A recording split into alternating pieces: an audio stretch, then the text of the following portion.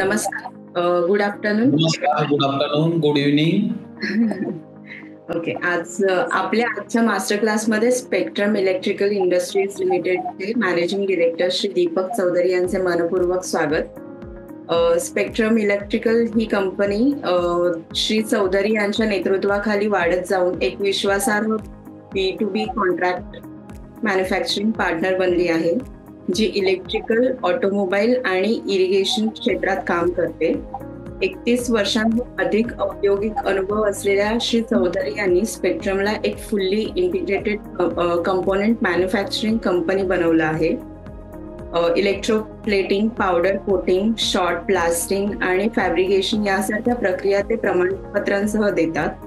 Electronics engineer म्हणून शिक्षण घेतलेल्या श्री चौधरी यांचं टेक्निकल नॉलेज आणि बिझनेस विजन यांचं उत्तम मिश्रण त्यांच्या कार्यात दिसून येतं. 1995 मध्ये एक सरफेस ट्रीटमेंट युनिट म्हणून सुरू झालेली कंपनी आज ऑटोमेटेड आणि सेमी ऑटोमॅटिक सिस्टमसह कार्यरत आहे, जी हाय मिक्स आणि स्केलेबल मॅन्युफॅक्चरिंग मध्ये सक्षम आहे. मेटल फिनिशिंग, लीन ऑपरेशन्स आणि स्ट्रक्चरल सप्लाय पार्टनरशिप्स मध्ये त्यांचा अनुभव MSME कंपन्यांसाठी अत्यंत उपयुक्त आहे. विशेषतः जे व्हॅल्यू चेन मध्ये वर जाण्याचा प्रयत्न करत आहे, आज ते आपल्या अनुभवातून सरफेस फिनिशिंगचा उपयोग करून घटकांचा दर्जा कसा वाढवता येतो यावर सखोल माहिती देतील. चला तर मग श्री दीपक चौधरी यांचं स्वागत करूया. नमस्कार सर. नमस्कार. मी पहिला आपला प्रश्न विचारते. MSME कंपन्यांमध्ये सर्वसामान्यपणे कोणत्या सरफेस फिनिशिंग प्रक्रिया वापरल्या जातात आणि त्यांचा कार्यक्षमतेवर कसा परिणाम होतो? जनरली मेटल फिनिशिंग ही प्रोसेस फक्त MSME मध्ये नाही वापरली जात. MSME मॅक्सिमम त्याला सर्व्हिस म्हणून प्रोव्हाइड करते फॉर द बिग OEMs आणि प्रॉडक्ट मॅन्युफॅक्चरिंग मध्ये. मेटल फिनिशिंग हा फार मोठा व्हास्ट एक सब्जेक्ट आहे, विषय आहे. मेटल फिनिशिंग मध्ये ज्याला मेटल फिनिशिंग किंवा आपण सरफेस प्रोसेसिंग टेक्निक्स म्हणतो, ज्याच्यामध्ये इलेक्ट्रोप्लेटिंग एक प्रोसेस येते, एनोडायझिंग येते, पावडर कोटिंग येते, पेंटिंग येते, हॉस्पिटिंग येतं. तर याला सगळ्या ह्या प्रोसेसेसला आपण मेटल फिनिशिंग प्रोसेस म्हणतो. आणि ह्या प्रोसेसेसचा जो वापर आहे हा वेगवेगळा आपण दररोजच्या वापरात बघत असतो, पण आपण कधी त्याला विचार करत नाही. त्याच्यामध्ये जसं पेंटिंग आहे, पावडर कोटिंग आहे, आपण बघतो. सिंपल जर पाहिलं तर याच्यामध्ये 3 टाईपचा यूज होतो प्लेटिंगचा, म्हणजे स्पेसिफिकली सरफेस ट्रीटमेंटचा म्हणेल मी, मेटल फिनिशिंगचा ऍप्लिकेशन वाईज. एक असतो तुमचा करोजन प्रोटेक्शन, हा एक सगळ्यात पहिला पॅरामीटर असतो. त्याच्यामध्ये आपण करोजन पासून त्या मटेरियलला रोखतो होण्यापासून, एन्व्हायरमेंटल इफेक्ट. सेकंड असतो अस्थेटिक्स. करोजन प्रोटेक्शन बरोबर आपल्याला दिसायलाही ती गोष्ट चांगली दिसली पाहिजे म्हणून त्याचा एक ऍडिशनल हे असतो. आणि तिसरा जो वापर असतो तो फंक्शनल. बऱ्याच वेळेस फंक्शनल मध्ये कसं असतं की काही ठिकाणी आपला जे पार्ट असतात ते मुवमेंट मध्ये असतात किंवा कंटिन्युअस फ्रिक्शन असतं, तर तिथं फंक्शनल त्याचा वापर होतो. तर based on the requirement of the product त्याच्यामध्ये आपल्याला प्रोसेस सिलेक्ट करावी लागते की कुठली प्रोसेस आपण करायला पाहिजे. त्याच्यामध्ये काही वेळेस 3 गोष्टींचं रिक्वायरमेंट एकाच प्रोसेसमधून असतं, एक्सपेक्टेशन. म्हणजे तुम्हाला फंक्शनलही हवं, अस्थेटिकही हवं त्याच्यामध्ये, तर आपल्या डिमांडनुसार आपल्याला त्या सिलेक्ट कराव्या लागतात. सरफेस रफनेस उद्योगातील घटकांच्या कार्यक्षमतेवर आणि वेअर रेझिस्टन्सवर कसा परिणाम करते? सरफेस रफनेस म्हणजे फ्रिक्शन. ज्या वेळेस सरफेसमध्ये रफनेस असतो तिथं फ्रिक्शन होतं. फ्रिक्शन आला की तुमचं वेअर आउट ऑटोमॅटिकली वाढतं. त्याच्याकरता त्याला स्टँडर्ड टर्म वापरतात की वेअर रेजिस्टन्स त्याला. आणि जनरली सरफेस रफनेस जसं आपण कमी करतो तसं फ्रिक्शन कमी होत जातं. त्याच्याकरता टेक्निकल भाषेत टर्म वापरली जाते कोएफिशियंट ऑफ फ्रिक्शन. जेवढं कोएफिशियंट ऑफ फ्रिक्शन कमी असेल आणि सरफेस म्हणजेच काय रफनेस कमी असेल तेवढा विअर रेजिस्टन्स हाय असतो. तर आपल्याला जिथं फंक्शनल रिक्वायरमेंट आहे, जिथं ऑलवेज पार्ट रोटेट होतात, हाय स्पीडमध्ये फिरतात किंवा ऑलवेज यूज होतात, तिथं आपल्याला लो सरफेस रफनेस किंवा हाय विअर रेजिस्टन्स प्रोसेस वापरावी लागते. तर त्या डिफरंट प्रोसेसेस असतात, त्या आपण वापरू शकतो. त्या मी पुढे तुमचं जसं येईल तसं डिटेलमध्ये मी इलॅबोरेटली सांगतो तुम्हाला. चालेल, ठीक आहे. अशा काही उदाहरणांची माहिती द्या जिथे सरफेस फिनिशिंग सुधारल्याने उत्पादनाचा आयुष्यकाल किंवा ग्राहक समाधानामध्ये फरक पडला. याच्यामध्ये काही माझ्या पर्सनल स्वतःच्या एक्सपिरियन्सेस आहेत. कस्टमरचं नाव मी घेत नाही, पण ऑटोमोबाईल एक कंपनी आहे इंडियामध्ये. साधारणतः 20-22 वर्षापूर्वी त्यांची एक व्हेकल मार्केटमध्ये होती, ती आता डिस्कंटिन्यू केलेली आहे. त्याच्यामध्ये त्यांना प्रॉब्लेम यायचा की इंडियामध्ये आपल्या इथं जे वेदर असतं, कधी पाणी खूप असतं, टेम्परेचर असतो, खूप जास्त वेदर चेंजेस असतात आणि ब्रेक करता त्यांचे जे सिलेंडर असतात ते सिलेंडर जनरली गाडीच्या खाली लावलेले असतात आणि तिथं त्या ब्रेक सिलेंडरमध्ये पिस्टन लावलेला असतो. तर त्यावेळेस त्यांचे 2 चॅलेंजेस होते. एक, गाडीचा ब्रेक जशी गाडी जुनी व्हायची किंवा काही त्याला इफेक्ट झाला तर ते गाडीचे ब्रेक लागायचे नाही किंवा डिलेड ब्रेक अप्लाय व्हायचे. आणि मी अशाच एका कंपनीला माझा सप्लायर होता. तर त्याच्यामध्ये हे जसे कस्टमरचे फीडबॅक येतात सगळ्या कंपन्यांना आणि मग ते डाऊन स्ट्रीम पर्यंत पूर्ण पर्कोलेट होतात आणि त्याच्या सोल्युशन करता इंडस्ट्रीमध्ये ऑलवेज ते ब्रेन स्टॉर्मिंग चालू असतं. तर त्यावेळेस मला विचारण्यात आलं की याला आपण काय करू शकतो, कारण बेसिकली जेव्हा मी तो प्रॉब्लेम समजला त्यावेळेस ते जेव्हा ब्रेक सिलेंडर वापरत होते ॲल्युमिनियमचं वापरत होते आणि काही ब्रेक सिलेंडर आपले ब्रेक पिस्टन ॲल्युमिनियमचे वापरत होते, काही MS मध्ये वापरत होते, स्टीलमध्ये.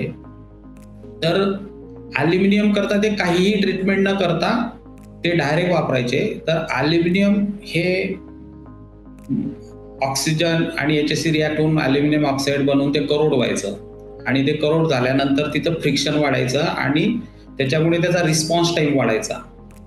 त्यावेळेस मी त्यांना एक प्रोसेस त्याच्यावरती सजेस्ट केली. एक तर ॲनोडायझिंग करा किंवा क्रोमेटिंग करा, एक स्पेशल प्रोसेस असते. आणि नॅचरली शेवटी बिझनेस म्हटल्यानंतर कॉस्ट हा एक पॅरामीटर असतो. मग कुठली प्रोसेस आपल्याला सुटेबल आहे विथ ऑप्टिमाइज कॉस्ट, तर त्यावेळेस ती क्रोमेटिंग प्रोसेस आम्ही केली आणि त्याच्यानंतर जवळजवळ ती गाडी डिस्कंटिन्यू 12-13 वर्षानंतर झाली. तोपर्यंत त्या गाडीमध्ये तीच प्रोसेस वापरली जात होती जी सजेशन आम्ही दिलेलं होतं त्याच्याकरता.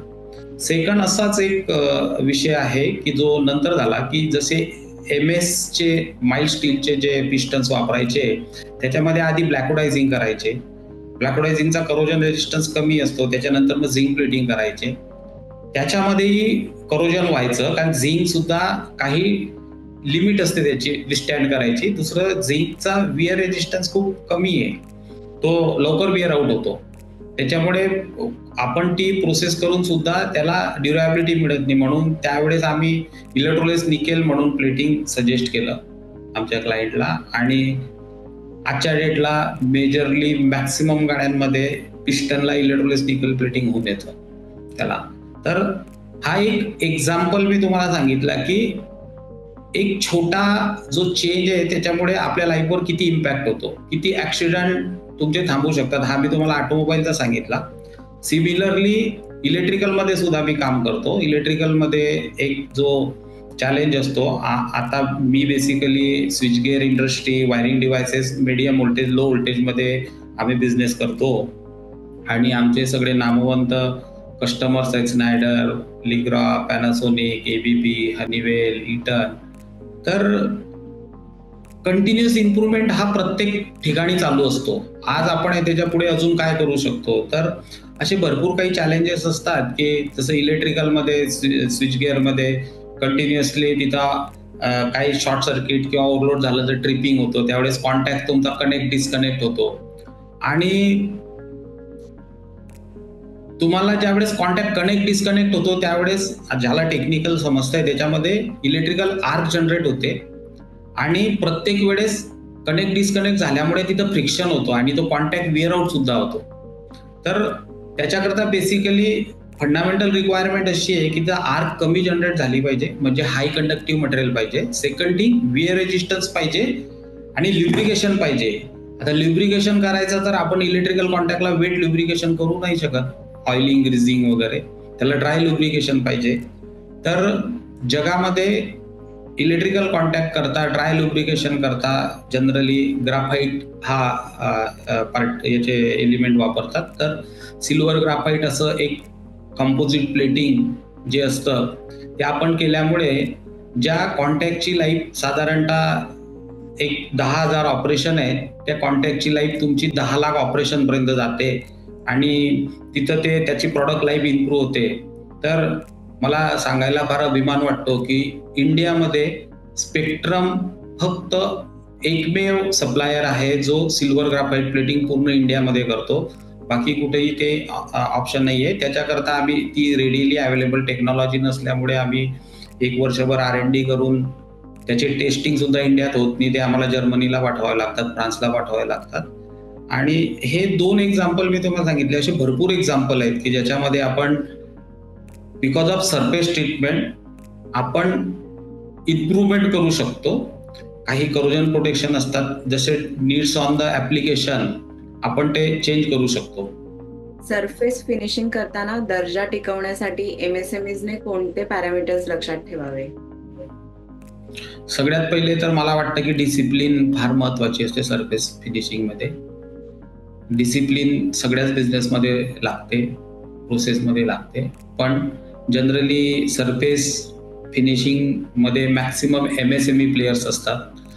MSME प्लेयर्स मध्ये सगळ्यात मोठा जो चॅलेंज येतो तो त्यांची मॅनपॉवर, त्यांची पूर्ण ऑर्गनायझेशन, आणि त्यामुळे त्यांना ज्या प्रोसेस मेंटेन करण्याकरता भरपूर चॅलेंजेस असतात. त्याच्यामुळे मी सजेस्ट करेल की डिसिप्लिन, सिस्टम बेस्ड प्रोसेस लावायला हवी आणि सिस्टमला स्टिक राहायला हवं आणि डेव्हिएशन कुठलंही अलाउड करायला नको. 0 टॉलरन्स. दर्जा टिकवायचा असेल तर ही सगळ्यात पहिली नीड आहे. आणि दुसरी टेक्निकलमध्ये सरफेस ट्रीटमेंटमध्ये बेस मेटल प्रिपरेशन हे फार महत्वाचं असतं. सरफेस फिनिशिंग करताना जर तुमचं बेस मेटल प्रिपरेशन प्रॉपर नसेल तर तुमची पुढची प्रोसेस कितीही चांगली असली तरी तुम्हाला तो रिझल्ट मिळत नाही. तर टेक्निकल साईडला फर्स्ट तुमचं सरफेस प्रिपरेशन आणि मॅनेजमेंट साईडला discipline. Discipline first, surface preparation, आणि मग त्याच्यानंतर तुम्ही जेव्हा एखादी प्रोसेस करता त्यावेळेस तुम्ही कोणती टेक्नॉलॉजी वापरणार आहे, राईट टेक्नॉलॉजी त्याच्याकरता यूज करायची.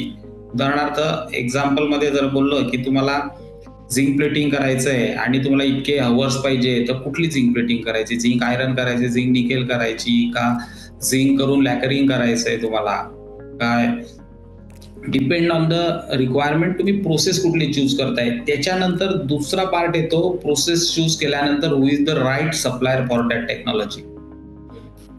मार्केटमध्ये खूप सारे कंपनीज त्या टेक्नॉलॉजी तुम्हाला सप्लाय करतात. तर बेसिकली ह्या टेक्नॉलॉजीमध्ये बेसिक टेक्नॉलॉजी सेम असते. इलेक्ट्रोप्लेटिंग ही एक कॉमन आयन इफेक्टवर चालणारी प्रोसेस आहे, त्याच्यामुळे सेम असते. पण त्याच्यामध्ये जे ॲडिटिव्ह ब्राईटनर्स असतात, तर प्रत्येक कंपनीमध्ये काहीतरी स्पेशालिटी आणि युनिकनेस आहे. तर ते आपल्याला अभ्यास करून right supplier, right process, discipline and काम करताना total process, proper setup, skill, manpower, ह्या सगळ्या गोष्टी असेल तर मला वाटतं कधी त्या याच्यामध्ये प्रॉब्लेम येत नाही. प्रश्न आपल्याला एका ऑनलाईन अटेंडीज कडून आलेला आहे. हाय प्रिसिजन ऍप्लिकेशनसाठी मेकॅनिकल आणि केमिकल फिनिशिंग यामध्ये निवड करताना काय महत्वाचं असतं? मेकॅनिकल आणि केमिकल बेसिकली केमिकल डिपॉझिशन मध्ये सगळ्यात मोठा चॅलेंज हा असतो की केमिकल मध्ये 2 टाईपचं डिपॉझिशन होतं, एक इलेक्ट्रो डिपॉझिशन, एक इलेक्ट्रोलाइट डिपॉझिशन. तर इलेक्ट्रोलिटिक डिपॉझिशन मध्ये तुमचं based on the current density deposition होतं. त्याच्यामुळे हाय करंट डेन्सिटीला जास्त डिपॉझिशन असतं, लो करंट डेन्सिटीला कमी असतं. त्याच्यामुळे प्रिसिजन रिक्वायरमेंट असते. ज्यावेळेस डायमेन्शनल प्रिसिजन रिक्वायरमेंट असते त्यावेळेस इलेक्ट्रोलिटिक प्रोसेस जनरली मी सजेस्ट करणार नाही. त्याच्यामध्ये प्रोसेस डिपॉझिशनचे व्हेरिएशन भरपूर असतात. त्यामध्ये काही टेक्निक्स असतात. फॉर एक्झाम्पल झिंक प्लेटिंग मध्ये जर घेतलं तर ऍसिड झिंक मध्ये ते व्हेरिएशन खूप जास्त असतं. तेच तुम्ही अल्कलाईन झिंकला केलं तर ते कमी असतं. पण तरी प्रिसिजन, आता किती प्रिसिजन मायक्रॉन्स मध्ये जर कळालं असतं तर बरं झालं असतं. पण तरी मी सजेस्ट करेल की हाय प्रिसिजन करता मेकॅनिकल मला योग्य वाटतं, मेकॅनिकल फिनिशिंग. त्याच्यामध्ये अजून एक आपण असं म्हणू शकतो की बऱ्याच वेळेस तुम्ही मेकॅनिकल करताना तुम्हाला चॅलेंज येतो, तर आपण प्लेटिंग करून किंवा कुठलंही मेटल सरफेस हे करून त्याला नंतर मशीनिंग अप्रोच ऍप्लिकेशन करून तुम्ही हाय प्रिसिजन तुमचे हे अचीव करू शकता. हा जो तुमचा प्रश्न आहे तो मी डायमेन्शनल याच्याने ॲक्युरसी असा कन्सिडर केलेला आहे. त्याच्या व्यतिरिक्त मी असं पण कन्सिडर करतो, कारण तुमचा प्रश्न तेवढा क्लिअर समजत नाहीये मला. दुसरा ऑप्शन एक येऊ शकतो की हाय प्रिसिजन म्हणजे तुम्हाला करोजन प्रोटेक्शन 300 अवर्स हवा आहे आणि तो 300 अवर्स पेक्षा कमी व्हायला नको. प्रिसाइजली तो 300 अवर्स किंवा त्याच्यापेक्षा जास्त पाहिजे, लोअर टॉलरन्सला नको. तर त्याच्या वेळेस मी जसं आधी सांगितलं की प्रोसेस सिलेक्शन, सप्लायर सिलेक्शन आणि आपली डिसिप्लिन हा एक सगळ्यात महत्वाचा पार्ट आहे. तो जर असेल तर ते आपण अचीव करू शकतो.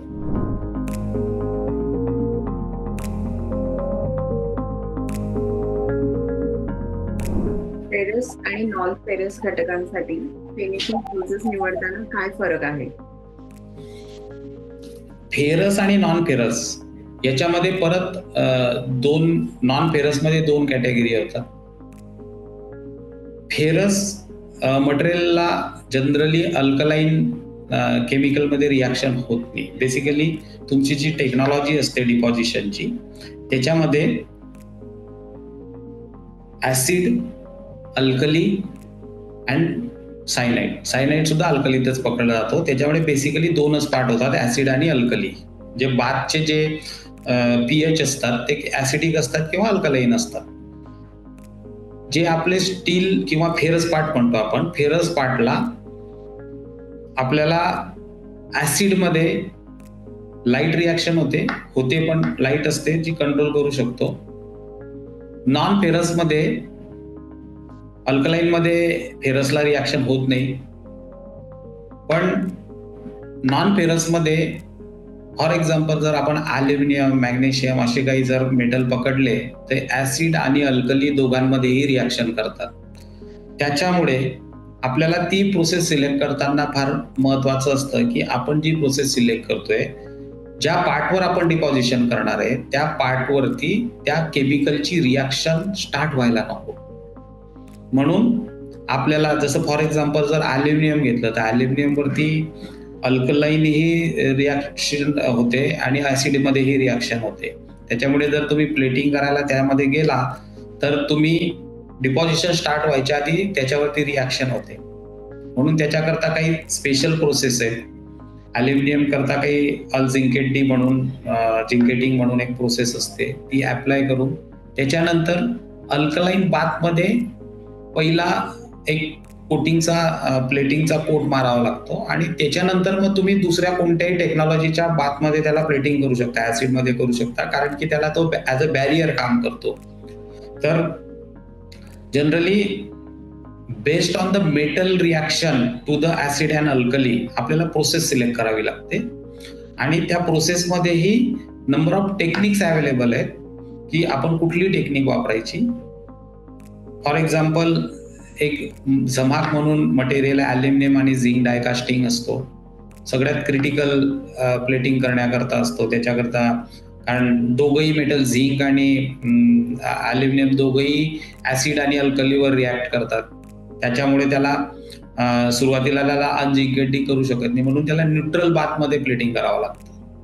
ज्याला स्टार्टिंगला कॉपर रोचेले केमिकलमध्ये एक पहिले प्लेटिंग करून नंतर मग ऍसिडमध्ये करून. तर ह्या डिपेंड्स ऑन द तुमचं काय मेटल तुम्ही यूज करताय, फेरस नॉन फेरस पेक्षा, त्याच्यानुसार तुम्हाला ती प्रोसेस फिक्स करावी लागते. इव्हन फेरसमध्ये सुद्धा जर हार्डनिंग केलेले पार्ट असतील तर तुम्हाला प्रोसेस डिफरंट लागते, इनिशियल प्रोसेस. आणि जर क्लीन CRC असेल तर त्याच्याकरता प्रोसेस एकदम सिम्पल असते. बऱ्याच वेळेस हार्डनिंग करताना त्याच्यामध्ये स्केलिंग झालेलं असतं, मग स्केलिंग काढण्याकरता एक स्पेशल मेथड असते ज्याच्यामध्ये पोटॅशियम परमॅंगनेट आणि कॉस्टिक सोडाच्या हिटेड सोल्युशनमध्ये टाकून तो डिस्केल करतात. तर अशा विविध प्रोसेस असतात. सेम कॉपरमध्ये सुद्धा असतं. कॉपरचे जर फोर्ज पार्ट असतील तर त्या फोर्जिंग पार्टमध्ये हिटिंगमुळे जे स्केलिंग आलेलं असतं ते काढण्याकरता वेगळ्या प्रोसेस असतात. सेम कास्टिंग असतो आपला जो फेरसमध्ये जातो, पण कास्टिंग करता तुमच्या प्रोसेसेस डिफरंट असतात. तर बेस्ड ऑन द डिमांड आपल्याला त्या प्रोसेस प्रॉपर सिलेक्ट कराव्या लागतात. वेगवेगळ्या फिनिशिंग टेक्निक्सनुसार कोटिंग थिकनेस आणि अधेशन कसे बदलते? MSME साठी कोणती स्टँडर्ड्स महत्वाची आहेत? बेसिकली कुठलंही मेटल फिनिशिंग मध्ये आपण मॅक्सिमम प्लेटिंगवर बोलतोय. पावडर कोटिंग मध्येही हे पॅरामीटर ऍप्लिकेबल होतात. पावडर कोटिंग मध्ये जसा तुमचा पहिला प्रश्न होता, तर फेरस नॉन फेरसवर कोटिंग करावं लागतं. तर त्याच्यामध्ये फेरस करताना जनरली फॉस्फेटिंग जनरली लोक वापरतात. त्याच्यामध्ये आता नॅनो कोटिंग म्हणून पण प्रोसेस आलेली आहे, ते वापरतात, किंवा आयरन फॉस्फेटिंग वापरतात. असे डिफरंट प्रोसेस करून त्याच्यावरती कोटिंग करतात. मी आधी जसं सांगितलं की आता तुमचा जो प्रश्न आहे ऍडेजन जर तुमचं बेस सरफेस प्रिपरेशन राईट असेल तर तुमचं ऍडेजन परफेक्ट येतं. ही पहिली स्ट्रिंजंट रिक्वायरमेंट आहे कुठल्याही प्रोसेसमध्ये ऍडेजन येण्याकरता. सेकंड असते तुमचे ज्याच्यामधून तुम्ही डिपॉझिट करताय. फॉर एक्झाम्पल आता मेटल फिनिशिंग मध्ये जर आपण पावडर कोटिंग घेतलं तर डिफरंट ऍप्लिकेशन होतं, प्लेटिंग मध्ये डिफरंट होतं. तुम्ही पावडर कोटिंग मध्ये आपण घेऊ आधी की पावडर कोटिंग मध्ये तुम्ही सरफेस प्रिपरेशन प्रॉपर केलंय तरी तुमचं ऍडेजन प्रॉपर होत नाहीये. त्याचं बेसिक रिझन असतं तुमचं क्युरिंग टेम्परेचर, क्युरिंगचे पॅरामीटर्स प्रॉपर पाहिजे. सेकंड असतो तुमची पावडर. जी पावडर असते ती पावडर चांगल्या रेप्युटेड सप्लायरकडची पाहिजे. आजच्या डेटला मार्केटमध्ये खूप सारे सप्लायर्स आहेत, पण त्या पावडरमध्ये आजच्या डेटला बिकॉज ऑफ कॉस्ट कॉम्पिटिशन बऱ्यापैकी फिलर्स टाकले जातात, आणि ज्यावेळेस पावडरमध्ये फिलर्स असतात त्यावेळेस त्याचं ऍडेजन चांगलं होत नाही. तर हे फार ट्रिकी प्रोसेस असते टू आयडेंटिफाय की आपलं जे ऍडेजन होतंय ते कशामुळे फेल होतंय. तर फर्स्ट जे असतं तुमच्या कंट्रोलमध्ये ते असतं बेस मेटल प्रिपरेशन. सेकंड जे तुमच्या कंट्रोलमध्ये असतं ते असतं क्युरिंग टेम्परेचर प्रोसेस. पावडर तुमच्या कंट्रोलमध्ये नसते, आणि जनरली MSME सप्लायरकडे पावडरची टेस्ट करण्याची फॅसिलिटी सुद्धा नसते. त्याच्यामुळे मी जनरली रिकमेंड करतो की जी ब्रँडेड कंपनीज आहेत किंवा प्रत्येक ब्रँडेड सप्लायरकडून त्यांचे टेस्ट सर्टिफिकेट घेऊन ते व्हेरीफाय करायचे. वन्स तुम्ही तो व्हॅलिडेट केल्यानंतर तीच पावडर कंटिन्यू यूज करायची. जनरली MSME सप्लायर्स याच्यामध्ये चुकतात की ते अचानक सप्लायर चेंज करतात विदाउट एनी व्हॅलिडेशन, आणि ते फक्त कलर मॅच करतात, अदर पॅरामीटर मॅच करत नाही. कलर मॅच होतो पण मग बाकी पॅरामीटर तुमचे फेल होतात. बऱ्याच वेळेस करोजन प्रोटेक्शन सुद्धा फेल होतो. सेम प्लेटिंग मध्ये सुद्धा आहे की प्लेटिंग मध्ये तुम्हाला ऍडेजन येण्याकरता सरफेस प्रिपरेशन तुमचं फार इम्पॉर्टंट आहे. सरफेस प्रिपरेशन करता तुमचे जे प्री ट्रीटमेंट असतात, इंडियामध्ये मॅक्सिमम MSMEला जो चॅलेंज येतो ते प्रोसेस सेट करतात. प्रोसेस उन्हाळ्यामध्ये सेट करतात ज्यावेळेस ॲम्बिएंट टेम्परेचर खूप असतं. थंडीच्या दिवसामध्ये टेम्परेचर डाऊन होतात, आणि पार्टवर जे ऑइल असतं ते सुद्धा जास्त डेन्स होतं, आणि ते जी प्रोसेस उन्हाळ्यामध्ये चांगली वर्क करत असते ती प्रोसेस थंडीच्या दिवसामध्ये काम करत नाही. त्याच्यामुळे आपल्याला प्रोसेस डिफाईन करताना त्याला एकदम टॉलरन्स हाय ठेवला पाहिजे, लोएस्ट आणि हायएस्ट तशी डिझाईन करून प्रूव्ह करून आपण वापरायला पाहिजे. त्याच्यानंतर प्लेटिंग मध्ये पण ऍडेजन करता जरी आपलं सरफेस प्रिपरेशन बरोबर असलं तरी प्लेटिंग बाथचे जे पॅरामीटर जर प्रॉपर नसतील तुमचे ऍज पर स्पेसिफिकेशन, समटाईम्स तुमचा ब्राईटनर खूप जास्त असेल तर त्यावेळेस ऍडेजन, कारण डिपॉझिशन हे ब्रिटल हार्ड होतं आणि त्याच्यामुळे सरफेस बॉन्ड होत नाही. तर असे काही पॅरामीटर असतात भरपूर सारे, त्याच्यामुळे तुमचं बॉन्डिंग होत नाही. थिकनेस कंट्रोल करता पावडर कोटिंग मध्ये जनरली मॅन्युअल प्रोसेसमध्ये स्किलवर फार डिपेंड असतं. ऑटोमॅटेड प्लांट असेल तर त्याच्यामध्ये तुम्ही वन्स प्रोसेस कॅलिब्रेट करून ते करू शकता थिकनेस कंट्रोल. पण पावडर कोटिंग मध्ये मॅक्सिमम MSME मध्ये मॅन्युअल प्रोसेस असतात आणि तिथं ते पूर्ण डिपेंड असतं माणसावरती, माणसाच्या स्किलवरती. त्याच्यामुळे माणसाचं ट्रेनिंग आणि माणसाचं जे कन्सिस्टन्सी आहे तिथं ती आपल्याला मेंटेन करायला पाहिजे. प्लेटिंगच्या केसमध्ये सेम आहे. मॅक्सिमम MSME मॅन्युअल प्लेटिंग वरती काम करतात. मॅन्युअल प्लेटिंग मध्ये जनरली जो पूर्ण डिपेंड असतो तो ऑपरेटर वरती असतो. जनरली मॅन्युअल प्लेटिंगला सेमी ऑटो प्लेटिंग म्हणतात. सेमी ऑटो याच्याकरता म्हणतात की ते बॅरल हाताने फिरवून टाकतात फक्त त्याला, पण मटेरियल मुवमेंट ते पूर्ण हाताने करतात. त्याच्यामध्ये प्रत्येक प्रोसेस, कारण एक प्लेटिंग किंवा एक प्रोसेस करताना त्याच्यामध्ये मल्टिपल प्रोसेस असतात 30-40. प्रत्येक प्रोसेसला टाइम हा क्रिटिकल पॅरामीटर असतो, टेम्परेचर क्रिटिकल पॅरामीटर असतो. मॅन्युअल प्रोसेसमध्ये ते मेंटेन करायला फार टफ असतं, त्याला फार स्किल लागतं किंवा तो माणूस तेवढा अलर्ट लागतो. त्याच्याकरता मी रिकमेंड करेल की शक्यतो मॅन्युअल पेक्षा सेमी ऑटो म्हणतो मी त्याला, कारण मटेरियल हँडलिंग फक्त ऑटो केलेलं असतं. केमिकल जे असतं ते खूप काही ऑटोमेटेड नसतं, कारण तुम्हाला टायट्रेशन करावंच लागतं. जास्तीत जास्त तुम्ही ॲडिटिव्ह ब्राईटनर तुम्ही ऑटो डोजिंगने करू शकता अँपिअर अवर रेटिंगने. तर तुम्ही या 2 पद्धतीने जर केलं, जर पावडर कोटिंग मध्ये सुद्धा रेसिप्रोकेटर वापरून ऑटोमेशनने जर पावडर स्प्रे केली, दुसरं त्याच्यामध्ये ऑनलाईन थिकनेस मेजरमेंटचे इन्स्ट्रुमेंट मिळतात पावडर कोटिंग मध्ये, बिफोर बेकिंग तुम्हाला मेजर करता येते, ते जर वापरले तर आपण त्याच्यावर कंट्रोल करू शकतो. आणि मी स्पेसिफिकली MSMEच्या लोकांना सांगू इच्छितो की आपण थिकनेस टेस्टर हे फक्त कॉस्टमुळे घेत नाही, पण आपण जी एक्सेस पावडर त्याच्यामध्ये लॉस करतो त्याच्यामुळे जर आपण तसं कॅल्क्युलेट केलं तर साधारणतः वर्षभरामध्ये आपलं थिकनेस टेस्टर फ्री होतं आणि आपल्या कस्टमरलाही प्रॉपर क्वालिटी मिळते आणि शेवटी लॉस प्रत्येकाचा थांबतो. प्लेटिंग मध्ये सुद्धा तसंच आहे. प्लेटिंग मध्ये जर तुम्ही ऑटोमेशन लावलं तर तुम्ही प्रोसेस कंट्रोल केल्यामुळे तुमचं chemical consumption, metal consumption control करू शकता. कस्टमर सॅटिस्फाईड असतो, त्याच्यामुळे आपला बिझनेस अजून वाढतो. तर अशा पद्धतीने आपण, तुम्ही जो प्रश्न विचारला की ॲडेजन आणि थिकनेस कंट्रोल हे मेंटेन करू शकतो. धन्यवाद सर.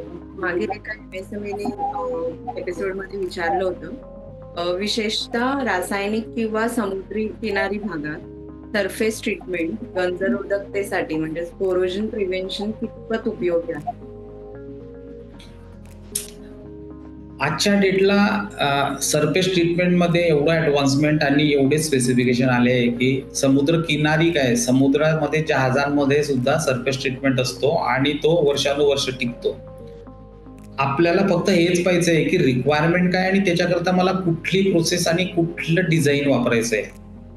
फॉर एक्झाम्पल समुद्रकिनारी आज जर आपण मुंबई पकडलं आणि पॉंडिचेरी पकडलं, चेन्नई पकडलं किंवा खाली कन्याकुमारी जर घेतलं तर त्यांचे जे करोजन, कारण तिथं पावसाळा सुद्धा खूप असतो आणि समुद्रकिनारा, तर तुम्ही कुठली प्रोसेस सिलेक्ट करताय. फॉर एक्झाम्पल आजच्या डेटला आमच्या कस्टमर्सचे या फेजमधून आम्ही गेलेलो आहे, तिथून कस्टमरच्या कंप्लेंट्स येतात, त्याच्यामध्ये कंटिन्युअस इम्प्रुव्हमेंटमध्ये काही डिफरंट प्रोसेसेस ऍड करतात. फॉर एक्झाम्पल पावडर कोटिंग करून जनरली स्पेसिफिकेशन मध्ये असतं की 500 अवर्स पावडर कोटिंग विस्टँड करतो, पण 500 देऊन सुद्धा पॉंडिचेरीला, बॉम्बेला, चेन्नईला प्रॉडक्ट रस्टी होतात, कंप्लेंट येतात.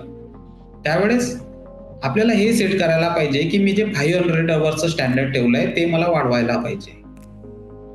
आपण 500 मी ओके करतोय म्हणजे तिथं ओके होईल असं नसतं. तर आपण आपलं स्टँडर्ड वाढवायला पाहिजे. मग आपण सपोज 1000 अवर 2000 अवर्स असं जर स्टँडर्ड केलं तर मग आपल्याला कुठली प्रोसेस वापरायची आहे ते आपल्याला कळतं. फॉर एक्झाम्पल जसं आता मी तुम्हाला सांगितलं की आमच्याकडे सुद्धा तशा काही कंप्लेंट आल्या. त्याच्यानंतर आम्ही आमच्या काही प्रॉडक्टमध्ये तिथे आम्ही पावडर कोटिंग करत होतो, तिथं गॅल्वनाइज मटेरियल घेऊन त्याच्यानंतर पावडर कोटिंग केलं. म्हणजे गॅल्वनायझिंगचा इटसेल्फ त्याचा स्वतःचा करोजन प्रोटेक्शन प्लस पावडर कोटिंगचा करोजन प्रोटेक्शन. म्हणजे तुम्हाला पूर्ण रस्टिंग व्हायला पहिले पावडर कोटिंगचा लेअर ब्रेक करायचा आहे, मग गॅल्वनायझिंगचा करायचा आहे. त्याच्यामुळे त्या प्रॉडक्टच्या लाईफ पेक्षा जास्त त्याचं करोजन प्रोटेक्शन मिळतो. हा एक एक्झाम्पल सांगितलं. काही ठिकाणी प्लेटिंगचीच रिक्वायरमेंट असते, तर प्लेटिंगच्या रिक्वायरमेंटमध्ये ते आपल्याला टिकलं पाहिजे. म्हणजे आता उदाहरणार्थ निकेल अस्थेटिक आपल्याला चांगलं दिसावं चमकावं म्हणून निकेल प्लेटिंग करतात. फक्त जर तुम्ही निकेल प्लेटिंग केलं तर निकल प्लेटिंग मध्ये तुम्हाला तो प्रॉपर्टी नाही मिळत, मग त्याला डुप्लेक्स ट्रिप्लेक्स निकल असतं, खालती डल निकेल वगैरे. तसे कोटिंग करून तुम्ही त्या याच्यातून जे तुमचे चॅलेंजेस आहेत ते तुम्ही रिझॉल्व्ह करू शकता. असे मल्टिपल ऑप्शन्स आहेत, तुम्ही यूज करू शकता. समटाइम्स कस्टमर्सला डिफरंट एक्सपेक्टेशन असतं, मग ते स्टील डिमांड करतात त्याला. मग स्टील म्हटल्यानंतर त्याला परत सरफेस ट्रीटमेंट येते, कारण स्टीलला इलेक्ट्रो पॉलिशिंग करावं लागतं.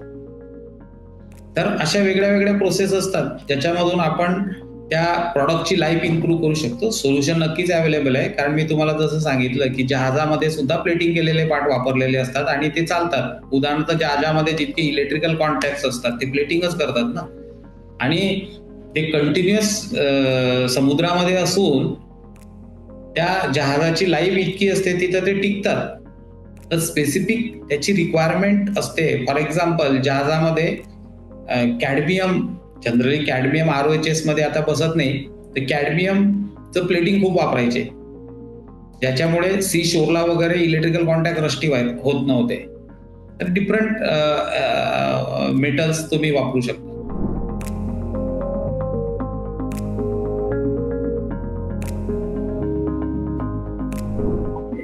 प्रमाणात किंवा खास ऑर्डरसाठी कॉस्ट इफेक्टिव्ह सरफेस फिनिशिंग पर्याय कोणते असू शकतात? हा थोडा प्रश्न एकदम डिप्लोमॅटिक वाटतोय मला, की कॉस्ट इफेक्टिव्ह सोल्युशन आणि क्वालिटी. बेसिकली कस्टमरची काय डिमांड आहे, मी जनरली कोणालाही हे सजेस्ट करणार नाही. माझ्या हिशोबाने कॉस्ट ही सेकंडरी असते. कॉस्ट यस, प्रोसेस कॉस्ट काय त्याच्यावरती आपण व्हॅल्यू ऍड काय घेणार याच्यामध्ये आपण डिबेट करू शकतो, पण जी तुमची रिक्वायरमेंट आहे त्याच्या कॉस्ट करता तुम्ही कॉम्प्रोमाइज नाही करू शकत. फॉर एक्झाम्पल जर तुम्हाला कस्टमर 500 अवर्स सॉल्ट स्प्रे मागतोय, तर तुम्ही 500 अवर्स करता कुठली कॉस्ट इफेक्टिव्ह सोल्युशन म्हणजे मार्केटमध्ये असे खूप अवेलेबल आहे असं मी म्हणणार नाही. ती ऍट पर एक बेंचमार्किंगला त्याच्यात 2-4-5% अवेलेबल असतात. कुठल्या टाईपचं प्रोटेक्शन तुम्हाला हवंय, किती प्रोटेक्शन हवंय त्याच्यावरच तुमची कॉस्ट ठरते, किंवा कुठल्या टाईपचं कोटिंग तुम्हाला हवंय. हा तुम्हाला जर शॉर्ट टाइम करता खूप नकोच असेल, म्हणजे बऱ्याच वेळेस काय असतं ना की आपल्याला एखादं मटेरियल फक्त प्रिझर्व करायचं असतं 1-2 महिना, तर त्यावेळेस तुम्ही तसे सोल्युशन यूज करू शकता. फॉर एक्झाम्पल जर तुम्हाला 1-2 महिना प्रिझर्व करायचं असेल तर तुम्ही ब्लॅकडायझिंग करू शकता, किंवा तुम्ही झिंक प्लेटिंग करून त्याची थिकनेस लो करून घेऊ शकता. बऱ्याच वेळेस आजच्या डेटला फक्त ऑइलिंग करून सुद्धा तुम्ही करोजन प्रोटेक्शन अचीव करू शकता. तर डिपेंड्स ऑन द रिक्वायरमेंट, तुम्ही ती प्रोसेस चूज करून तुमची कॉस्ट ऑप्टिमाइज करू शकता. पण जर कस्टमरचं स्पेसिफिकेशन खूप स्ट्रिंजंट असेल तर त्या स्पेसिफिकेशनला लागण्यापेक्षा ती जी कॉस्ट लागणार ती लागणार तुम्हाला, ती तुम्ही नाही चेंज करू शकत. सरफेस फिनिशिंगमुळे वेल्डेबिलिटी, पेंट अधेशन किंवा मल्टी मटेरियल असेंब्लीज मध्ये बॉन्डिंग कसा सुधारतो? वेल्डिंगचं आपण पहिले बोलू. Generally welding steel to steel होतं, MS होतं, कॉपर होतं, ब्रास होतं, ॲल्युमिनियम होतं. डिफरंट मेटल्सचे डिफरंट वेल्डिंग्स होतात. याच्यामध्ये सगळ्यात वनरेबल जे असतं ते असतं कॉपर, सिल्वर. कॉपर आणि सिल्वर हे ॲटमॉस्फिअरमध्ये टार्निश होतात, ऑक्सिडाइज होतात. सिल्वर काळं पडतं. वेल्डिंगची पहिली रिक्वायरमेंट असते की त्या सरफेस मधून प्रॉपर करंट फ्लो झाला पाहिजे. वेल्डिंगचा फर्स्ट रिक्वायरमेंट असते. जर तुमचा तिथं टार्निशिंग किंवा ऑक्सिडायझिंग असेल तर तुमचं करंट प्रॉपर फ्लो होत नाही. म्हणून तुम्हाला तो सरफेस प्रॉपर क्लीन, ऑक्सिडेशन निघालेलं पाहिजे, ही पहिली रिक्वायरमेंट आहे. त्याच्यामध्ये 2 गोष्टी असतात. फर्स्ट, तुम्ही वेल्डिंग करण्याकरता पहिले तुमचं सरफेस क्लीन पाहिजे, म्हणजे प्री ट्रीटमेंट करून सुद्धा तुम्ही वेल्डिंग करू शकता भरपूर मेटल्समध्ये. काही केसेसमध्ये तुम्हाला वेल्डिंगचं ॲडेजन, वेल्डिंगचं बॉन्ड वाढण्याकरता मध्ये तुम्ही त्याला प्लेटिंग करता. फॉर एक्झाम्पल, जर तुम्ही कॉपर वेल्डिंग करताय तर त्यावेळेस कॉपरला वेल्डिंग करताना तुम्हाला जो करंट असतो तो बेसिकली कॉन्टॅक्ट एरियावरती जो करंट डिपेंड असतो तुमचा वेल्डिंगचा, तर तो तुमचा हाय रिक्वायरमेंट आहे. जर कॉपर टू कॉपर तुम्ही वेल्ड करताय स्पॉट वेल्डिंग मध्ये, सेम त्याच्यामध्ये जर तुम्ही सिल्वर फॉईल टाकली तर तुमचा तो वेल्डिंग करंट एकदम ड्रास्टिकली डाऊन होतो. त्या प्रोसेसला वेल्डिंग म्हटलं जातं, ऍक्च्युअली ती ब्रेझिंग प्रोसेस असते. तर त्याच्यामुळे तुमचा बॉन्ड वाढतो, करंट रिक्वायरमेंट कमी होते. त्याच्यामुळे लो रेटिंगच्या मशीनवरती तुम्ही ते वेल्ड करू शकता आणि चांगल्या क्वालिटीचा वेल्ड करू शकता असा. तर हे मी तुम्हाला कॉपरच्या बाबतीत सांगितलं. असं सेम MS च्या बाबतीत सुद्धा असतं की तुम्ही MS to MS जेव्हा वेल्डिंग करता त्यावेळेस तुम्हाला पार्ट ज्या वेळेस मॅन्युफॅक्चरिंग होते त्याच्यावरती ऑइल असतं. त्याच्यामुळे तो कॉन्टॅक्ट तुम्हाला क्लीन केलेला असला तर तो चांगला असतो. सेम असंच एक आपल्या याच्यामध्ये बॅटरी इंडस्ट्री, जर तुम्हाला माहित असेल, बॅटरी इंडस्ट्री फार मोठी आपली इथे एक्साईड, ॲमरॉन वगैरे, त्याच्यामध्ये त्यांचे जे कॉन्टॅक्ट्स असतात त्याच्यामध्ये लेड यूज होतं. लेडला ते ब्रास इन्सर्ट त्याच्यामध्ये पोर करून त्याचा ॲडेजन चेक करतात. त्यावेळेस ती प्रोसेस खूप क्रिटिकल असते, कारण तो लेड आणि त्या ब्रासचं जे बॉन्ड व्हायला पाहिजे त्याच्याकरता एक स्पेशल त्याची क्लिनिंग प्रोसेस असते. ते केल्याशिवाय त्याचा बॉन्ड होत नाही. तर basically metal to metal contact clean असला पाहिजे. नंतर आपल्याला बॉन्ड चांगला करण्याकरता मध्ये कुठलं मेटल टाकायचं, जसं मी तुम्हाला सांगितलं सिल्वर फॉईल जर तुम्ही टाकली तर तुमचा बॉन्ड चांगला होऊ शकतो. अशा प्रकारे तुम्ही त्याचे बॉन्ड इम्प्रूव्ह करू शकता. दुसरा एक फार चॅलेंजिंग इंडस्ट्रीमधला प्रॉब्लेम आता बऱ्यापैकी तो सर्वांना नोंद झाला आहे की ॲल्युमिनियम आणि कॉपर या 2 मेटलचा जॉईंट कधीच राहू शकत नाही.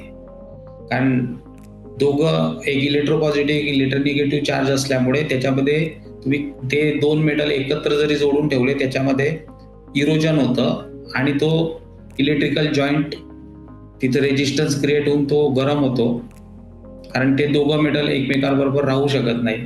त्यावेळेस तुम्हाला कॉपर आणि ॲल्युमिनियम ज्यावेळेस तुम्हाला मी कॉपर बोललो तुम्हाला, कॉपर ब्रास दोघं, तर त्यावेळेस त्याला टीन प्लेटिंग करतात दोघांवरती, म्हणजे त्या दोघांचा कॉन्टॅक्ट येत नाही. तिथं मध्ये लेअर असतो टीनचा, त्याच्यामुळे ते बॅरियर म्हणून काम करतं. आता ही फार छोटी वाटते आपल्याला, पण लाईफमध्ये याच्यामध्ये खूप मोठे मोठे प्रॉब्लेम होतात. जनरली कॉपर आणि ॲल्युमिनियमचा जॉईंट नको करायला पाहिजे. तो जर करायचा असेल तर आपल्याला मध्ये टीनचा बॅरियर टाकावा लागतो किंवा दुसऱ्या प्लेटिंगचाही चालतो कॉपरचा. म्हणजे ॲल्युमिनियम वरती कॉपर प्लेटिंग करायचं झिंकेटिंग करून.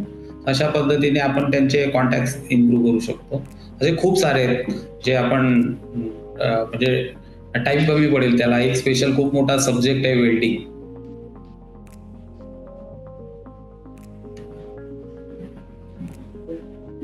पुढचा प्रश्न आहे, सरफेस डिफेक्ट्सची मुख्य कारणे कोणती आणि MSMS टाळण्यासाठी काय उपाय करू शकतात? सरफेस डिफेक्ट प्रत्येक प्रोसेसनुसार डिफरंट आहेत. प्लेटिंग मध्ये डिफरंट येतात, पावडर कोटिंग मध्ये डिफरंट येतात. बेसिकली ते अस्थेटिक दोन टेस्ट त्याच्यामध्ये आपण म्हणेल मी, की एक अस्थेटिक म्हणजे आपण जे व्हिज्युअली बघतो ते, व्हिज्युअली बघण्यामध्ये बऱ्याच वेळेस प्लेटिंगमध्ये जर आपण घेतलं तर ब्लिस्टरिंग येतं किंवा पिन होल्स असतात किंवा रफनेस असतो त्याच्यावरती किंवा लो करंट डेन्सिटीला डल दिसतो, हाय करंट डेन्सिटीला बर्निंग झालेला दिसतो. असे मल्टिपल चॅलेंजेस येतात.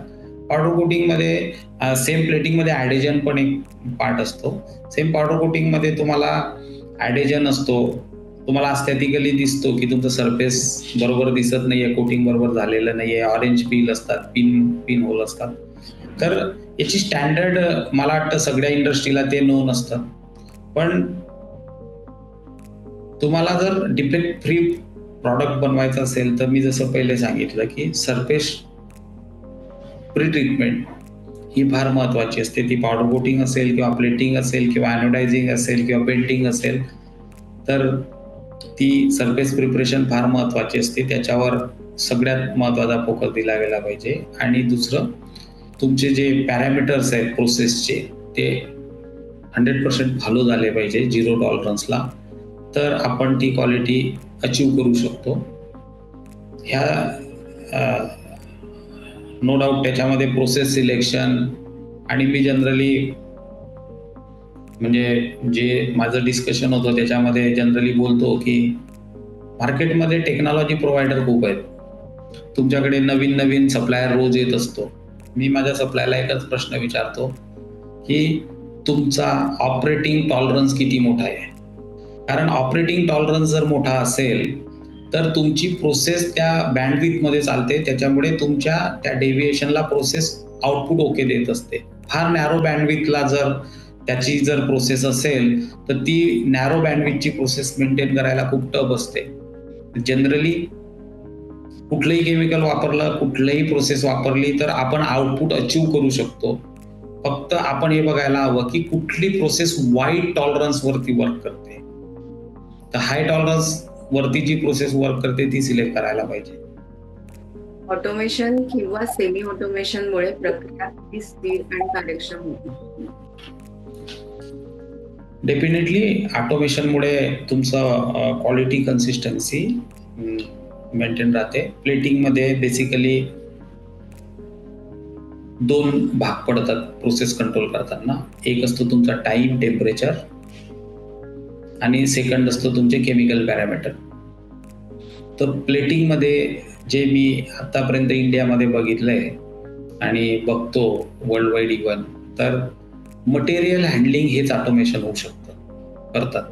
केमिकल प्रोसेस ऑटोमेशन नाही होत. पण प्लेटिंगमध्ये टेम्परेचर आणि टाइम हा मेन रोल प्ले करतो. त्यामुळे हे जे मटेरियल हँडलिंग ऑटोमेशन आहे याच्यामध्ये temperature as well as material handling timing control होतो. त्यामुळे आपण ऑलमोस्ट 80% रिस्क कमी करतो प्रोसेसची. केमिकल मेंटेनन्स हा आपल्या इथं ऑटोमेशन फार रेअर आहे. त्याच्यामध्ये फक्त ॲडिटिव्ह ब्राईटनरचे ऑटो डोजिंग करतात अँपियर हॉवरवरती. पण केमिकलमध्ये जे मेटल किंवा कंडक्टिंग सॉल्ट असतात ते तुम्हाला टायट्रेशननेच करावे लागतात. तर त्याची जी फ्रिक्वेन्सी आहे ती तुम्हाला राईटली मेंटेन करून पॅरामीटर मेंटेन ठेवले तर तुम्ही ऑटोमेशन प्रोसेसमध्ये, माझा स्वतःचा जो अनुभव आहे, आमचे 5-6 प्लांट आहेत ऑटोमेशनचे, तर त्याच्यामध्ये आमचं रिजेक्शन ऑलमोस्ट निग्लिजिबल आहे, नथिंगच्या बरोबर.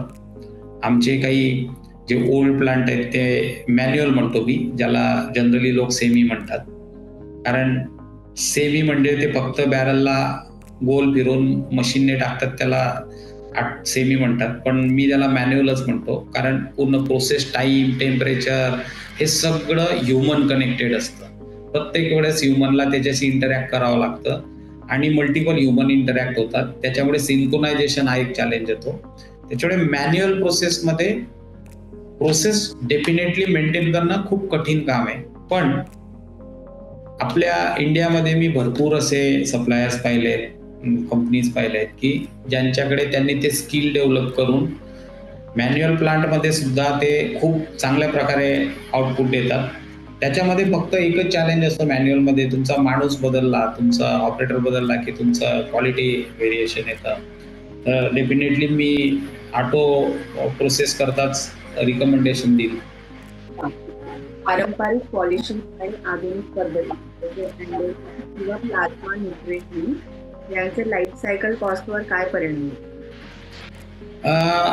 फर्स्ट थिंग तर प्लाझ्मा नायट्रेटिंग बद्दल मला आयडिया नाहीये, त्याच्यामुळे मी त्याच्यात बोलू शकणार नाही.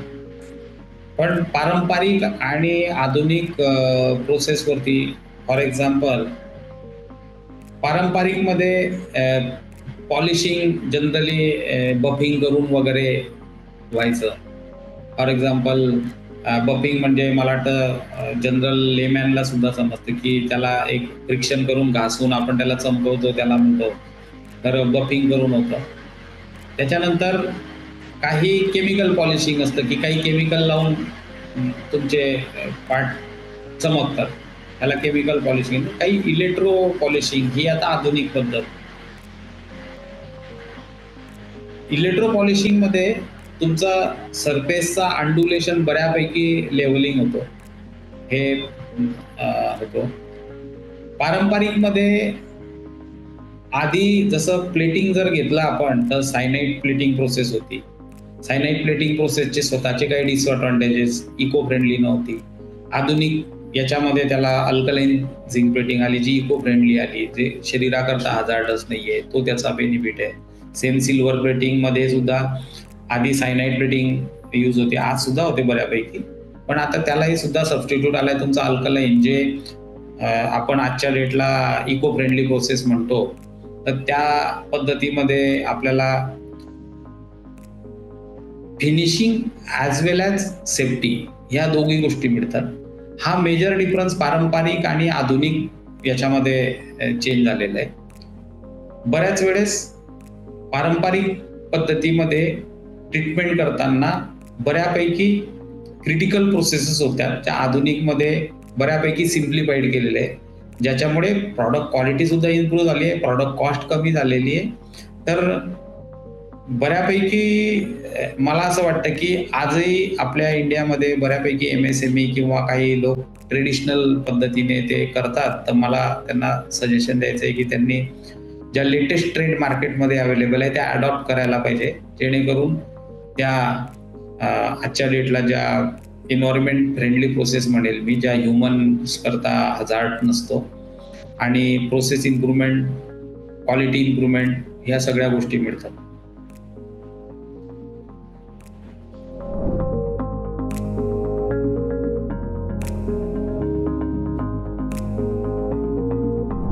प्रश्न, निर्यात करणाऱ्या MSMEs कोणती सरफेस किंवा प्रमाणपत्रे जनरली प्लेटिंग ही जी प्रोसेस असते ही ऍक्च्युअल सर्व्हिस इंडस्ट्रीमध्ये काउंट होते, आणि याच्यामध्ये आपला कस्टमर जनरली आपल्याला स्पेसिफिकेशन देतो की कुठल्या स्टँडर्डने त्यांना प्लेटिंग हवंय. तर प्रत्येक कस्टमर त्याच्या प्रोसेस, त्याच्या ज्या रिक्वायरमेंट आहे त्याच्या प्रॉडक्ट बरोबर आपल्याला देतो. सगळ्यात पहिले तर कस्टमरचा जो स्पेसिफिकेशन आहे तो आपल्याला फॉलो करायला पाहिजे. तरी जनरली पूर्ण वर्ल्डमध्ये ASTM स्टँडर्ड जास्त फॉलो केलं जातं, अमेरिकन.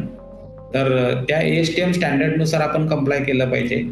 पण सगळ्यात पहिली जी रिक्वायरमेंट असते ते जे कस्टमरची जी डिमांड आहे, कारण कस्टमर प्रत्येक आपल्या प्रॉडक्ट बरोबर त्याची रिक्वायरमेंटची स्पेसिफिकेशन शीट देतो, ती फॉलो करायची. आणि त्याच्यामध्ये जर काही आपल्याला क्वेश्चन्स असतील तर मग ते रिलेटेड भरपूर सारे कस्टमर्स हे त्यांच्या ड्रॉइंग्समध्ये किंवा स्पेसिफिकेशनमध्ये ASTM सजेस्ट करतात, रेफर दिस ASTM. आणि मग त्याच्यामध्ये आपल्याला क्लिअर कट नॉट ओनली प्लेटिंगचे स्पेसिफिकेशन पण टेस्टिंग स्पेसिफिकेशन सुद्धा मिळतात की आम्हाला ते प्रॉडक्ट टेस्ट कसे करायचे, तर ते तसे आपण करायला हवे. शक्यतोवर मी रिकमेंड करेल की जे कस्टमर असतात त्यांच्याकडून पूर्ण एक्सपेक्ट करायला हवं, जर कारण प्लेटिंग ही एक इंटरमिडिएटरी प्रोसेस आहे प्रॉडक्ट मधली. कस्टमर जनरली तेवढी प्रोसेस करून घेतो. टोटल प्रॉडक्ट देताना सुद्धा तो त्याच्या MSME मध्ये जनरली तसंच होतं. काही केसेसमध्ये ज्यावेळेस प्रॉडक्ट येतात त्यावेळेस कस्टमर तुम्हाला फ्रीडम देतो फायनल प्रॉडक्ट क्वालिटी तो डिमांड करतो, त्यावेळेस तुमच्याकडे कुठली सरफेस ट्रीटमेंट करायचा हा जेव्हा तुमच्याकडे पॉवर येते, त्यावेळेस तुम्हाला जे स्टँडर्ड आहे ASTM स्टँडर्ड वगैरे रेफर करून करायला हवे. इवन आपल्या BIS मध्ये सुद्धा त्याचे स्टँडर्ड आहेत टेस्टिंगचे आणि त्याचे, ते रेफर करायला हवे. प्रश्न, ऑटो कंपोनेंट्स किंवा अप्लायन्सेस मध्ये सौंदर्यदृष्ट्या म्हणजे ॲस्थेटिक वे मध्ये फिनिशिंग आणि कार्यक्षमतेचा योग्य समतोल MSMEs कसा राखू शकतात?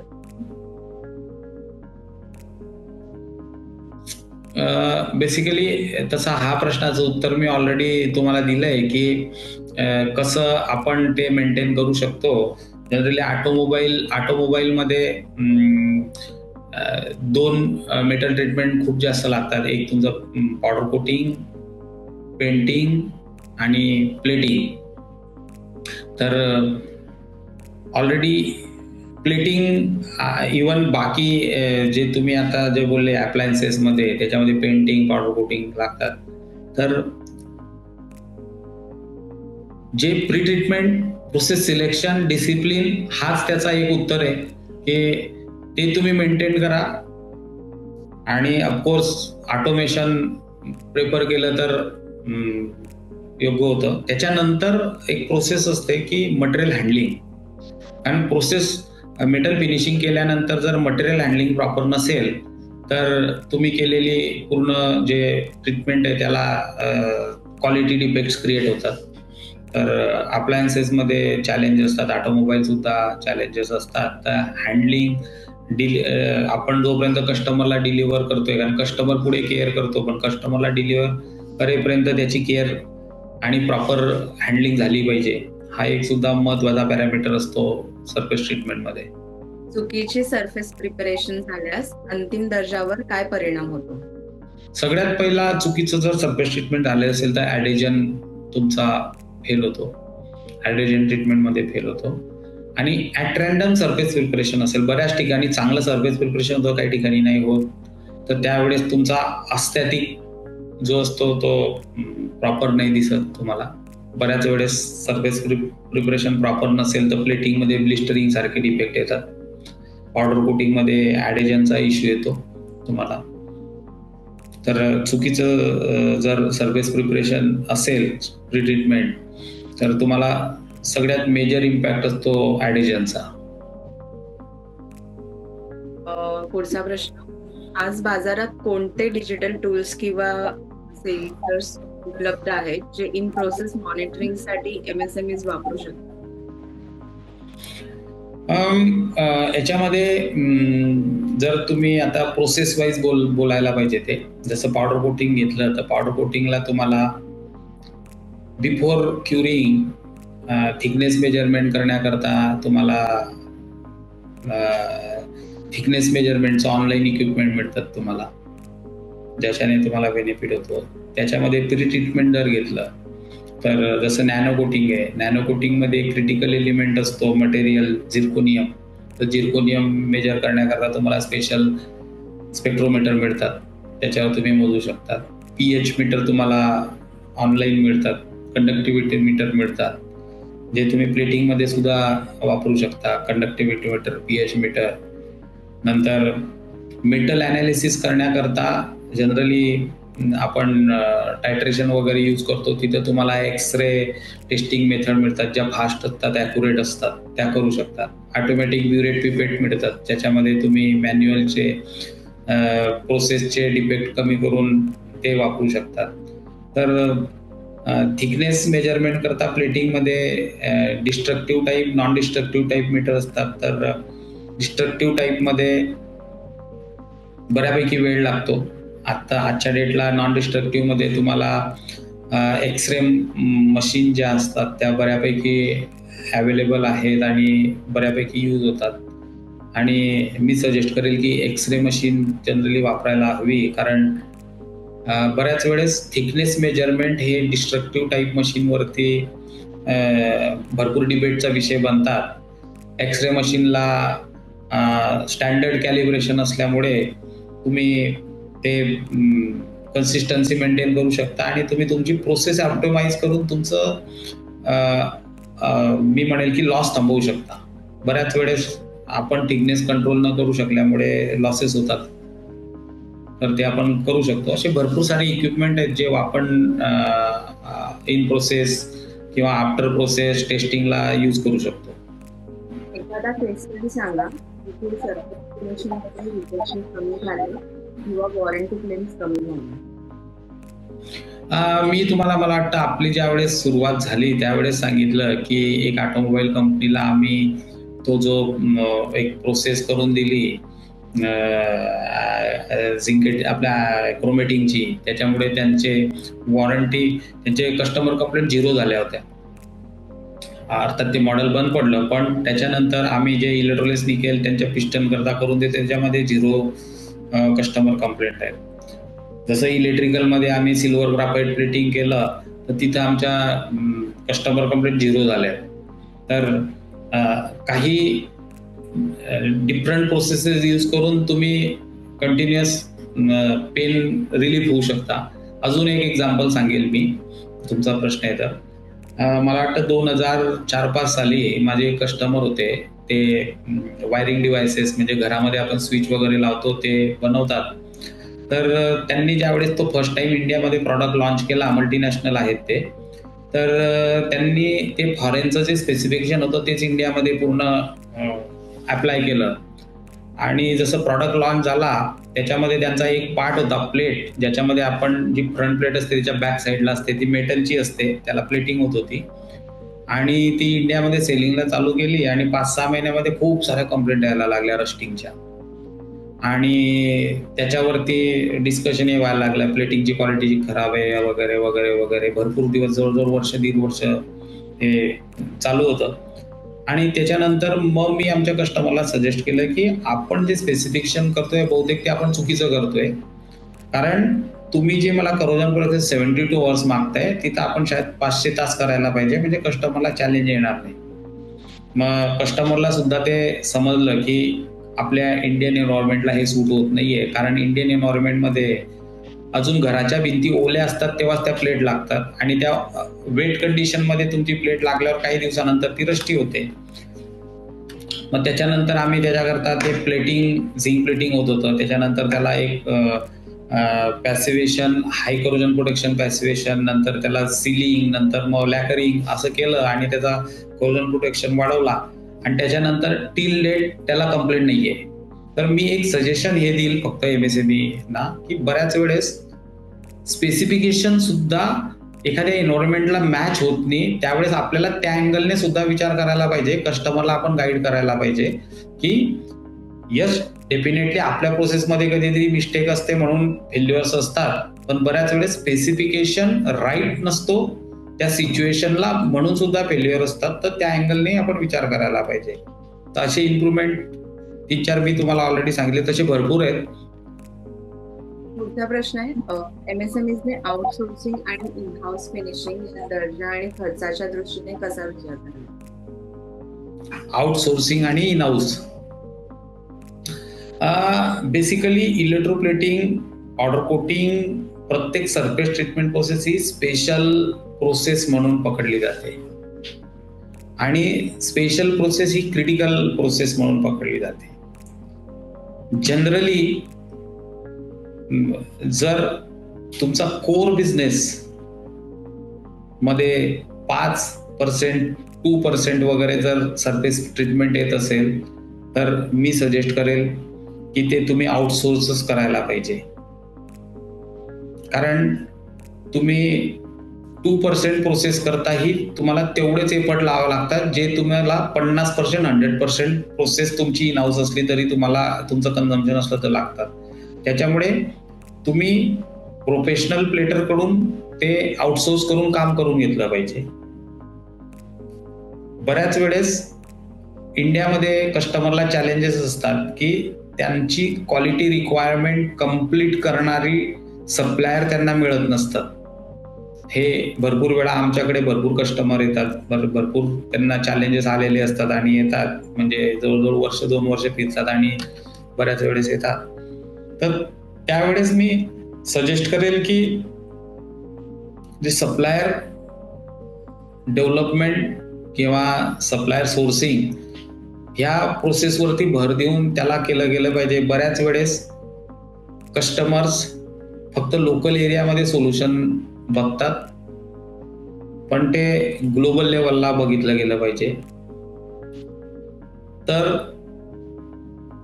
आपल्याला सोल्युशन मिळतं.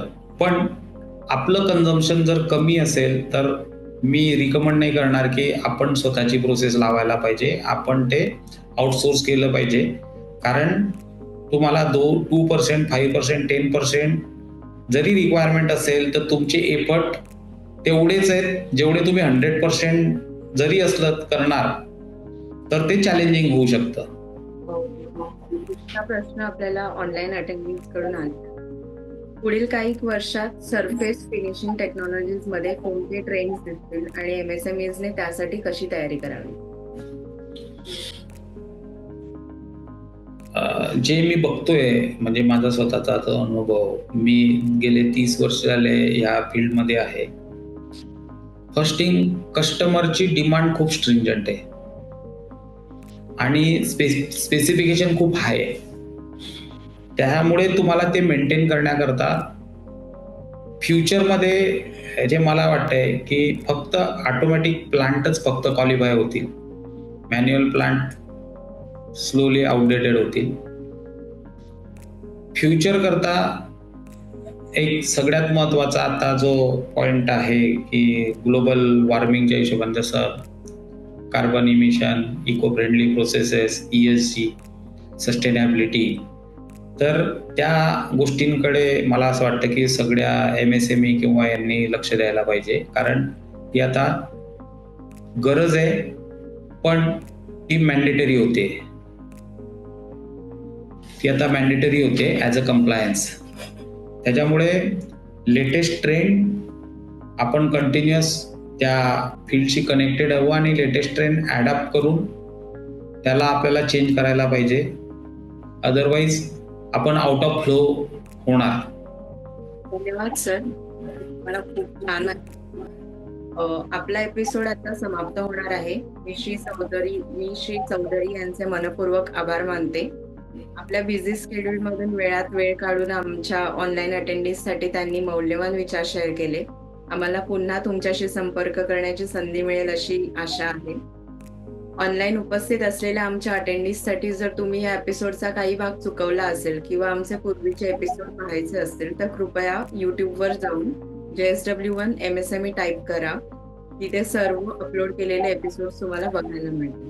Thank you sir. थँक्यू.